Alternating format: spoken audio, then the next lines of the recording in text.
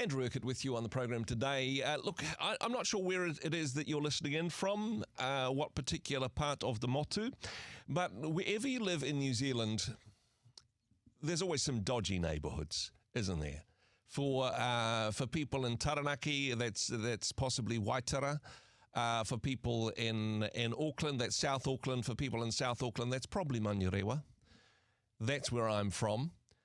And look, different parts of the country have different places where they go, oh gosh, that's where the rough people come from. That's the people that are from that part of town, they already have got a little bit of a rough start in life. Can anything good come from Manurewa? Well, I suppose the jury's still out on whether or not. As a boy who grew up in Manurewa, went to Manurewa High School, whether or not I've done any good with my life. But somebody who, grew up in Howick, of all places, John Peachey joins us on the program. John, I ask you that question, can anything good come out of Howick? Still asking myself the same question, to be quite honest. So looking in the mirror. Yeah, I think so. We actually had some great Olympians. I was chatting with the headmaster of my old school, Howick College, the other day, coming up 50 years for the celebration, the anniversary of the school, and talking to him about some of the people who'd gone through the college, actually. And there's some quite good athletes, some quite good people have gone through there, swimmers and other athletes who've represented us at Olympic level. But I'd love to find out who else. I just want to skite on this one. Manurewa High School, which isn't a high academic school. John Walker went to Manurewa High School. There we go. Oh, there we are. Gold medalist. Yeah, famous. Yep. You never know where they're going to pop up, right? So I think it's intriguing. I did chat with Tim O'Connor, the principal of Auckland Grammar, recently, and he gave me a list of who's who, which was kind of fairly humbling to listen to, I have to say, but still. But yeah, I mean, that's kind of cherry picking, isn't it? You know, with places like Auckland Grammar or the private schools, everybody, well, they may have been born in one neighbourhood, but their parents got mortgaged to the hilt so they could move into a better neighbourhood so they could go to that particular school. That's the way that one works. But I suppose regardless of where we're from, the challenge is to do the best with what we've got, to not let perhaps some of the obstacles or challenges that we face in early life be an excuse for the opportunities God has before us. I think it's totally right. You know, when they're saying in the early part of the book of John, you know, can anything good come out of Nazareth? Yeah. You know, they were really disparaging to Jesus. It's like, Nazareth, are you having me on? You know, that was the kind of conversation. You know, and I think you can say that about a whole range of places. But, you know, really, I'm a huge believer and that we bring hope where we are. We bring hope where we are. It doesn't matter where we are and who we're talking to. We bring hope, we bring a sense of light and life to people. That's our calling, I believe. And I think, man, when you, again, you know, I've said this in the past, you've got to be really, really careful reading the news because the news will destroy you if you take it in. But boy, some stuff on the way at the moment. I mean, the COVID pandemic Mark II with the monkeypox, they're threatening that, you know, don't be surprised if some of these laws of lockdowns and things come back at us again. So we've got to keep our mind on hope, I think, keep our mind on who's in front of us. Yeah. You know, block out all the nonsense because, you know, what can you bring effect to? You can bring effect to what God's placed in your hands. Who's in front of you? Yeah. The person in the local store, the person you bump into on the street, just, you know, bring hope where you are. And in some ways, it may be actually easier to make a difference in some of the more difficult neighbourhoods. In some of the tougher parts of town, actually, it's easier for the light to make a difference because there's more darkness there. It's actually more challenging, nothing against Howick, but it may be more challenging to make a difference in a place like Howick where perhaps one of the more affluent neighbourhoods. I mean, everybody needs hope, but it's perhaps those who are struggling that are perhaps more aware of their need for an eternal hope. Right, let me just sort this out for a moment. Howick was a very modest place to grow up in, believe me. Well, it was a posh neighbourhood compared to Manurewa, I tell you that, mate. Well, yeah, that's right. I think that's true.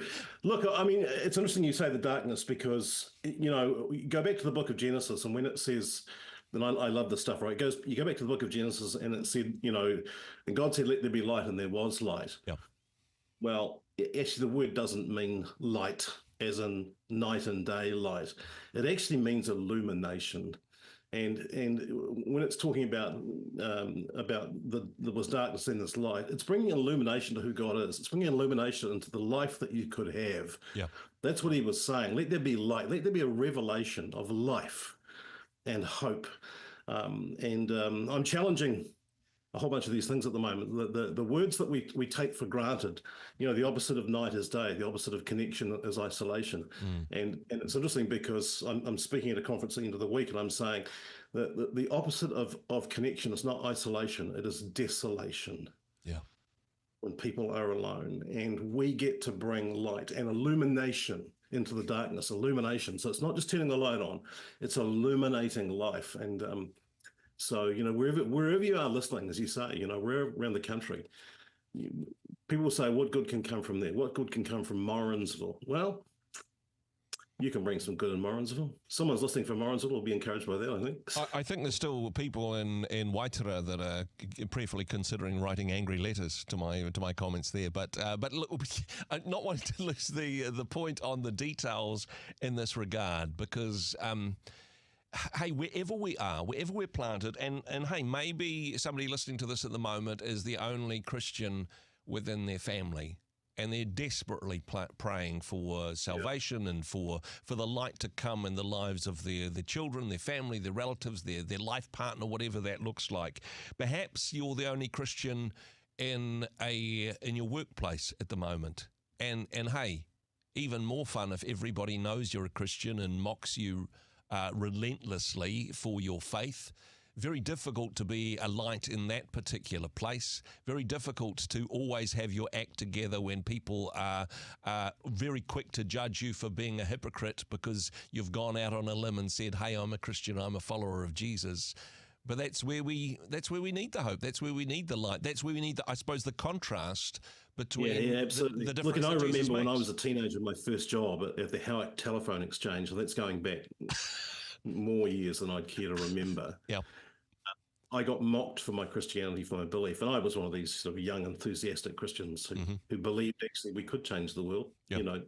I still believe that actually, but I got picked on horrendously, and I ended up in a ridiculous conversation once in the boss's office, who was an absolute atheist. I was going to say something else then, but atheist is the right word to use. Yep. He was an atheist, and we ended up having this conversation on whether I could pray and levitate a filing cabinet. I know that sounds ridiculous, but they were kind of pushing me into this, if God is powerful. And the crazy thing is, I still prayed that God would levitate that filing cabinet. Yeah. See, because who knows what God will do when you ask ridiculous, outlandish, crazy things, right? Yeah. The Bible's full of ridiculous, outlandish, crazy things. People raised from the dead, people's bodies getting repaired, walls falling down. So, I mean, I think you're right. Wherever you are in your workplace, just keep believing that God will do something. I had a guy who used to just absolutely mercilessly bully me about my faith. And I said to him one day, I got really brassed off, and I said to him one day, I said, look, I'm going to give you a challenge.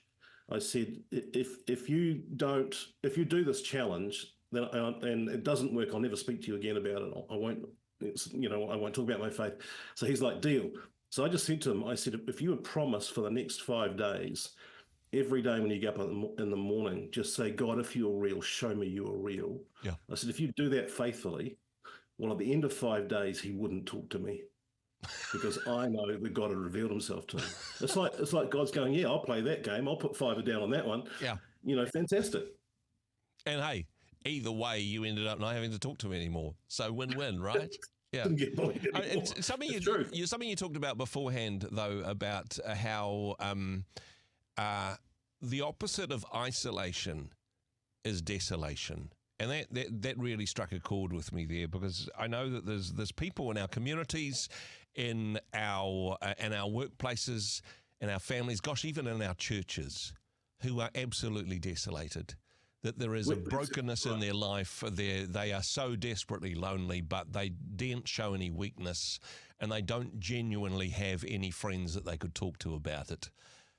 Yeah, that's true, and I think we've got to get it right, because totally, we're made for connection. That's the way we're made. That's the way we're modeled. That's the way God made us, not just people of faith. He made all of us for connection, and connection with Him. But the opposite of connection is desolation. Yeah. And desolation is this terrible, terrible state of aloneness. And we know now the single biggest cause of addiction is loneliness. Yeah.